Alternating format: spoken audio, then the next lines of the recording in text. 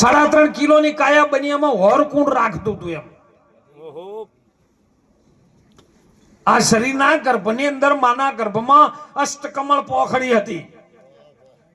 વિજ્ઞાન પણ તપાસે છે, ડોક્ટરો પણ આ રીતે વાત કરે છે, સંતોનું શાસ્ત્ર પણ આ જ કહે છે કે અષ્ટકમળ પોખડી. અને આપણે એક સિદ્ધાંતમાં એક કબીર સાહેબનું વર્ણન એવું સાંભળેલું છે બધાને કે કબીર સાહેબનો જન્મ થયો નતો એ કમળના પોખડીમાં આયા હતા.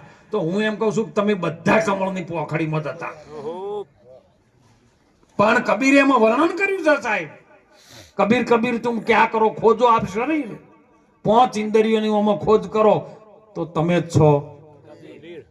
એ અષ્ટકમળ પોખડી, અને પોખડીની અંદર જ્યારે બૂંદ પડે ને એટલે પોખડી ખીલે છે સાહેબ. એમાં 3.5 ઓટા મારીની નાગણી બેઠી છે. એ નાભીનો બ્રહ્માંડનો ભાર ઝીલીને બેઠી છે. એ આદ્ય શક્તિ છે સાહેબ. બાપુથી જવું પડે ને તો પેલી માનક ગોતવી પડે. આ તો સીધા બાપુ પર જતા રહેશે. અમે ઓળખી લીધો આત્મા, તો તમે ઓળખ્યો તો આત્મા ઓળખાણો ઈ રહ્યો કે તમે ઓળખવા વાળા 2 જણા છે ખરા? કોઈ 2 રેવા નહીં. અરે ગણતરી કરો તો એકેય નહીં સાહેબ. કહેવાય એવી વસ્તુ જ ના યારી. અને એ જ્યારે મુખ ખોલે ને એટલે આપણા શરીરની અંદર દુનિયાના કોઈ પણ મનુષ્ય જાતિના શરીરમાં 48 મિનિટ થાય ને એટલે 49મી મિનિટે એ બૂંદ ખુલે છે. તમે ધ્યાનથી બેસજો વાળું. અને બૂંદ ખીલે ને એટલે મોંથી અમૃત બૂંદનું એક ટીપું પડે છે. એ નાગણી પી જાય છે. જો તમને એમ ચડાવતા આવડતું હોય ને તો આજ્ઞા ચક્ર ઉધી જે લાવી શકે. આ યોગ કળાનો વિષય છે. અને તો તારી બુદ્ધિ શું થાય, મન ઠેકાણા આવે ને કે ઠેકાણા નથી આવતું.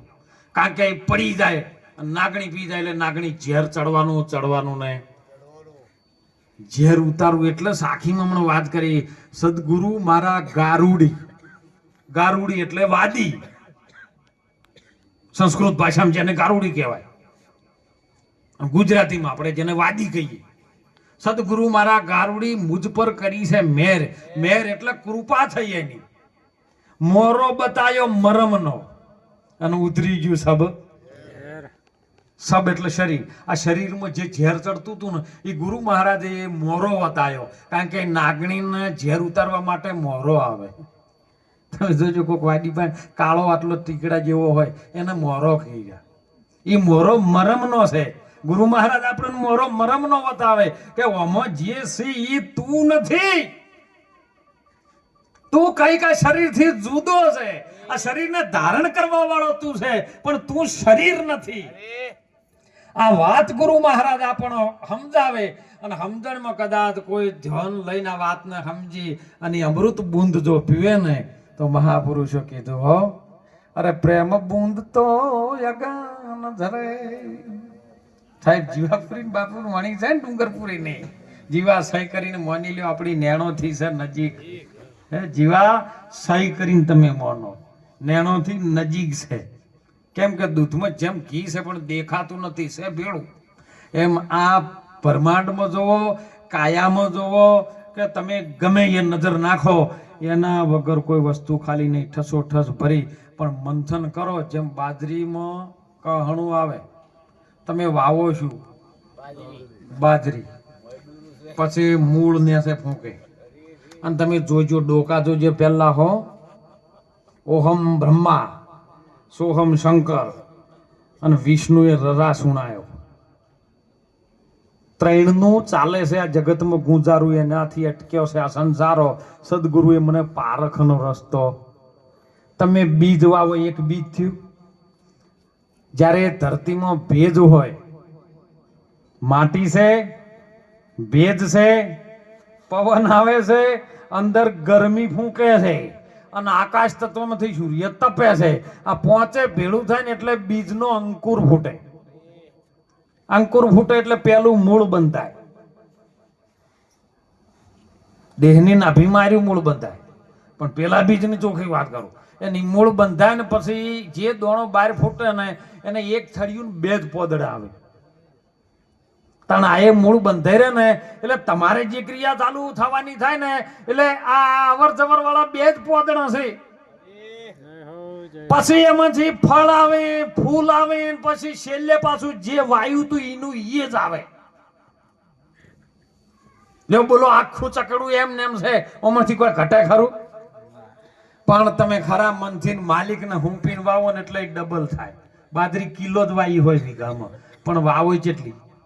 1 કિલો વાઈ હોય, પણ જ્યારે ઓર રાખો, કેળવણી કરો, ટોયા બેહારો, એની તમામ જાતની પ્રક્રિયા ચાલુ રાખો, ધ્યાન દઈને બાજરીને વાવો જ બોલો કિલો ને કિલો આવે. રત્નાજી હે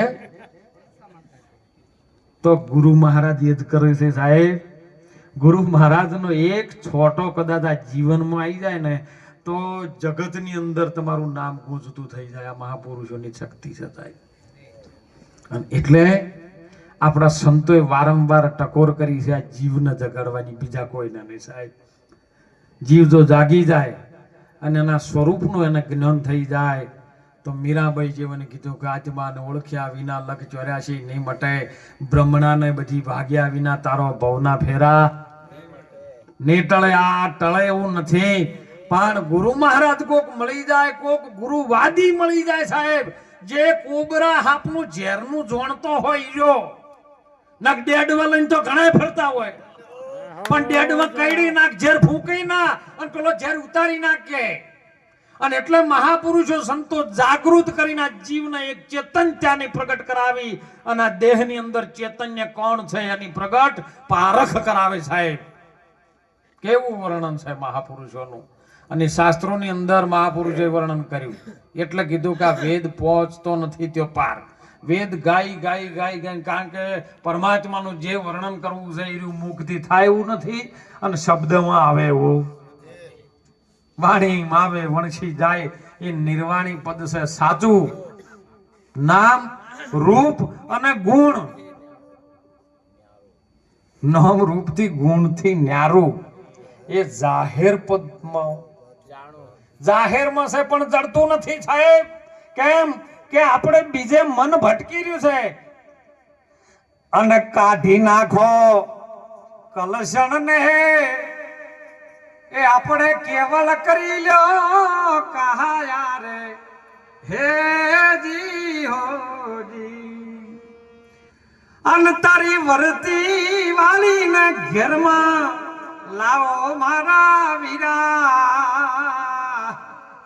અરે સેવો સદગુરુ હાચા મારી મુક્તિ ના દાતા રે હે જી હો જી.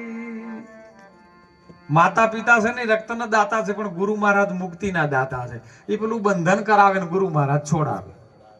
અને એટલે સંતોએ કીધું કે સંતો પારસમણી મેં બડો અંતરો જાય. પારસમણી લોહાન કંચન કરે, સંત કરે એના જેવો બનાવી દે પછી ગુરુ ચેલો ના રહે. અત્યારે હાર્યું મટ્યું નહીં. બોલો મટ્યું હોય કહેજો. જ્યારે પારસમણીનો પ્રસ તોરલે જાડેજાને કર્યો, જાડેજાની અંદરથી તમામ દુર્ગુણો બધા નષ્ટ થઈ ગયા થાય. કેવલ જે સલ હતું ને નીકળી ગયું. નોમ જ એનું કેવું હતું, જે સલ. તો આપણે સલ કોઈ દાડો પ્રકાશ કર્યું છે હે? જે સલ હતું એ નીકળી ગયું. તોરલને હાથ જોડીને વિનંતી કરી કે હું આમ છું, હાવ ઓપન થઈ ગયો સાહેબ. હે હું જે છું આ છું, તમે મટાડો. બોલો મટી જાય કરે. તમે એક ચોક યુદ્ધમાં જતા ને તમે 10 જણા મારવા આવતા ને પણ તમે હાથ જોડી લ્યો પૈસા મારવા મારી નાખો, ફાળી ઉતારી બે બોલો બોલો હોમો મારે તમને જીવાડે. હોમો તમારી રક્ષા ઈ કરવાનું ચાલુ કરે સાહેબ. પણ આપણે આર્યું કરતા. મને કીધું તો જો ભાઈ ત્યાં દુર્યોધન ની જોડ ગદા લઈને કુરુક્ષેત્રના મેદાનમાં ઉતર, બીજું શું કરું? સંતો આમાંથી જાગૃત કરીને સાહેબ સમજાવે છે. જો આ મન જાગૃત થઈ જાય ને, મનને ઠપકો છે હો, કારણ કે તરંગ છે બન કા તરંગ તું માર લે તો બસ હો ગયા ભજન. તારા તરંગો જે નીકળ્યા છે ને એ પાણીમાંથી સાહેબ લેરે ઉપડે, પરપોટાઈ ઉપડે અને સાલો કોઈ છે નહીં આવી ત્યાં પાણી ની બીજા કોઈ નહીં. પણ ચમ આવે છે પેલો પવન હિલોળા મારે છે એ પવન વચમાં સ્તંભો છે સાહેબ. જેમ પેલા યુગની અંદર જ્યારે હિરણ્યકંશ પોતાના દીકરા ઉપર વેર કર્યું સાહેબ, કેમ? સાચી વસ્તુ જાણે લાજી ને એટલે પોતાના વેરી બને. હિરણ્યકંશ બધાને ભણાવે કે મારા સિવાય બીજો કોઈ ભગવાન નથી, ભજન કરવું હોય, પૂજા કરવી હોય, આરતી કરવી હોય મારી કરો, બીજા કોઈની નહીં. અને ત્યારે નારદજીએ મંત્ર આલ્યો સાહેબ, સમજણ આવી ગઈ ભક્ત પ્રહલાદને. જ્યારે એના સ્વરૂપનું જ્ઞાન થયું ને એટલે મહાપુરુષે તરત જ પ્રગટ કરીને બતાવ્યું છે. પછી તેને કહે છે કે પહાડ ઉપરથી નાખ્યો અને હમણાં 2 દાડે જેડું વળી આવશે. કે હિરણ્યકશિપુની બેન હતી યારી હોળિકા, અને એને બ્રહ્માજીનું વરદાન હતું કે જેને અમર પછેડો ઓઢીને બેહે એટલે અગ્નિ એને કોઈ કરી શકે. આ સંતો અગ્નિમાં બેઠા જ છે હાલ, બોલો, અમર પછેડો ઓઢીને બેઠા. પણ જો ઈર્ષ્યા ભાવ હોય તો બળી જાય. એમ હિરણ્યકશિપુએ કીધું તું આને લઈને બેસ. લઈને બેઠી છે સાહેબ. રાતના બેઠી હોળિકા પ્રગટ કરી છે. પ્રગટ કરીને એટલે સવારે દાડો ઉજ્યો એટલે બધા કહેડો પહેલા જ મરી ગયો છે, પહેલા જ મરી ગયો છે. સવારે જોયું તો પહેલા જ એમને બેઠેલો ને પેલા બળી ગયેલા. એટલે પેલો પહેલા જ બચી ગયો ને એટલે ગામ લોકોએ ટોળેટી કરી કે ભાઈ અબીલનો ગુલાલ ઉડાડો. જોજો હો આ હિરણ્યકંશના ચેટલા છે ને ભક્ત પ્રહલાદના ચેટલા પરમદા ખબર પડશે. એટલે કે આપણો ભક્ત બચી ગયો છે, આપણે અબીલ ગુલાલ ઉડાડો ભાઈ. એટલે જે ભક્ત પ્રહલાદ ના હતા ને અબીલનો ગુલાલ ઉડાડવા માંડ્યા. અને પેલા હિરણ્યકંશ વાળા હતા ને ઓઇલ વાળા હતા. હે ઊંધા માટલાનો ભોપતજી રેડી ના આયા. ઉકેડામાં સોણ વાળા થઈ છે ના ભાઈ. સમજો કે હિરણ્યકંશ માંથી આયા. એ તો આજનું નહીં, અનાદિકાળનું બળોતરમ સાહેબ નામ છે. હનુમાનજી લંકામાં ગયા ને એટલે હનુમાનને એમ જઈને ઉભા રહ્યા એટલે કે મારું બધું વાદરું આવ્યું છે લ્યા. હવે હીરા લોકો તો હનુમાન કીધ ના ને એટલે વાદરું આવ્યું છે ને લંકા હળગાવાનું છે. એટલે હનુમાનજી કે મને તો સીતામાની ખોજ કરવા માટે મૂક્યો છે અને અરે હળગાવાનું કેમ કે છે? પણ હશે મારા રોમનું કોક જેમ હશે એમ. અને હોય કદાચ હળગાવાનું થાય તો હું તો લાકડા નહીં લાયો, કોઈ દિવાળી નહીં, કેરોસીન નહીં, મારે હળગાવું છે નથી. કોઈ હું કોઈને ઓળખતો નહીં. એટલે બધા ભેળા થઈ ગયા. વાદરાનો સ્વભાવ હતો કૂદકા મારવાનો. એટલે કૂદકા મારવા માંડ્યો એટલે કોકને પકડ્યો, ભાઈ હાર્યું કોક રમણ ભમણ કરાય વાડી અને એને પકડો. એટલે 10 જણા થઈને પકડ્યો. પકડ્યો ને એટલે રાવણે હુકમ કર્યો ભાઈ આને મારી નાખો. એમાં વિભીષણ આવ્યો. વિભીષણ છે ને વિવેક છે. ભક્તિની અંદર પેલું પગાથિયું વિવેકનું છે સાહેબ. એટલે વિભીષણે આવીને રાવણને કીધું કે ઉભા રહો, ગમે એનો બહારનો કોઈ દૂત આવ્યો હોય તો આપણાથી મરાય નહીં. પણ આ વાનરની જાતિ છે ને એને પૂંછડા ઉપર બહુ પ્રેમ હોય, માટે એમ કરો અને પૂંછડું હળગાવો. એટલે ગોમ વાળા બધા ભેળો થઈને ગોદડા લાવીને ગાભર લાવીને કેરોસીન લાવ્યું ભાઈ. એટલે હનુમાનને ખબર પડી કે હા, મને એમ લાગ્યું હતું કે બધા કહેતો તો હળગાવાનું છે, પણ હવે સાચી વાત કે મારા રોમે ઓમ જ નીકળ્યો છે. આ તૈયારી તો પહેલી વાર કરી છે સાહેબ. હળગાયું અને જો તો કૂદવાનું ચાલુ કર્યું, બધું બાજી રહ્યું. જેમ કે રાતના 4 વાગે ઉતર્યો ને સવારે આજે પકડવાનું સવારે ચાલુ કર્યું ને એટલે પેલા અમુક 4 વાગે તો નીકળી ગયેલા હતા શિકાર કરવા માટે. જે લંકામાં રહેતા હતા ને રાવણ વંશના બધા, એ અડધા તો 4 વાગે કાટેરીઓ બંદૂકો લઈને નીકળી ગયા હતા. તે તરફ લાવડા હા હલે લેવા. એટલે 10 વાગે પેલું બળતું હતું ને ગોમ લંકા. એટલે પેલા શેટર નજર કરી મારું કે મોનો ના મોનો આપણી લંકામાં આગ લાગી છે જબરજસ્ત. કોકની વળી સમાચાર આલ્યા, કોક દોડતું હતું કે ચમ દોડો છો? મારું બુટું કે ખતરનાક એક વાદરું આવ્યું છે, આખી લંકા હળગી મારી છે અને પકડીને બધાને માં નાખે છે. પેલા કે આપણે તને જવું નહીં. મારો બુટો ચોક આપણને મહી નાખે તો ઈરા વળતા થઈ ગયા. હવે જોઈ ઈરા કહો ઈશ્વરભાઈ. ધરતી હતી એ ગોમડે બે થઈ ગયા. એનો વેલો વધ્યો હજી ચોકાશી વસ્તાર તો વધે ને. એથી પાછા નહીં વળ્યા. એ ગોમડે જતા રહ્યા. એટલે ચોક હોય તો નથી, ચંડીસરમાં તો કૃપા છે ગુરુ મહારાજની સાહેબ, પણ અમારી બાજુની વાત કરું એટલે ચોક હોય તો જાગજો, વ્યસન માત્રથી દૂર રહેજો સાહેબ.